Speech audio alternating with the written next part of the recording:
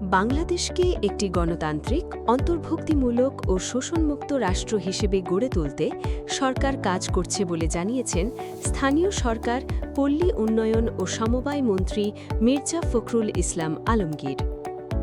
তিনি বলেছেন, গণতান্ত্রিক প্রতিষ্ঠান শক্তিশালী করা, অর্থনীতিকে পুনর্গঠন করা এবং জনগণের জীবনমান উন্নয়নই সরকারের প্রধান লক্ষ্য।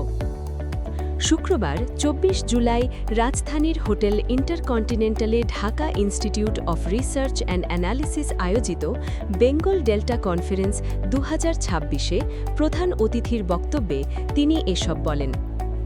স্থানীয় সরকার মন্ত্রী বলেন, বাংলাদেশ বর্তমানে একটি গুরুত্বপূর্ণ সন্ধিক্ষণের মধ্য দিয়ে যাচ্ছে। ছাত্র জনতার আন্দোলন, গণতন্ত্র পুনঃপ্রতিষ্ঠার আকাঙ্ক্ষা এবং রাজনৈতিক পরিবর্তনের প্রত্যাশা দেশের সামনে নতুন সম্ভাবনা তৈরি করেছে।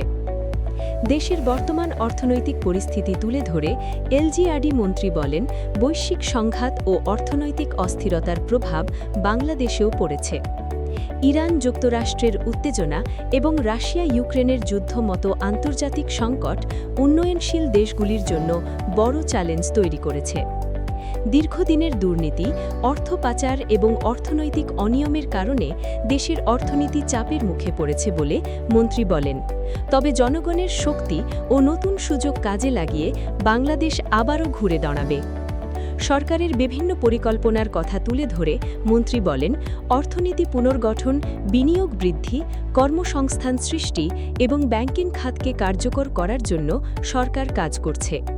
গ্রামীণ অর্থনীতিতে গতি আনতে বিভিন্ন উন্নয়ন পরিকল্পনা নেওয়া হয়েছে। ১৯৭১ সালের মুক্তিযুদ্ধে আত্মত্যাগকারী শহীদ ও সংগ্রামীদের প্রতি শ্রদ্ধা জানিয়ে ফখরুল বলেন, তাদের ত্যাগের বিনিময়ে বাংলাদেশ স্বাধীনতা অর্জন করেছে।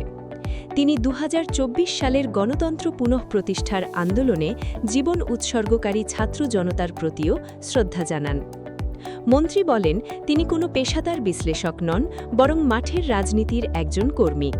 দীর্ঘ রাজনৈতিক অভিজ্ঞতা থেকেই তিনি দেশের রাজনীতি ও মানুষের প্রত্যাশাকে উপলব্ধি করেছেন।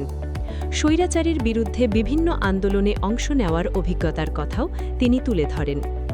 শিল্প উন্নয়ন, কৃষি খাতের অগ্রগতি এবং সৃজনশীল অর্থনীতির বিকাশে সরকার বিশেষ গুরুত্ব দিচ্ছে বলে জানান মন্ত্রী। সাম্প্রতিক বাজেটে বিনিয়োগ ও শিল্পায়ন উৎসাহিত করতে বিভিন্ন পদক্ষেপ নেওয়া হয়েছে বলেও উল্লেখ করেন মন্ত্রী।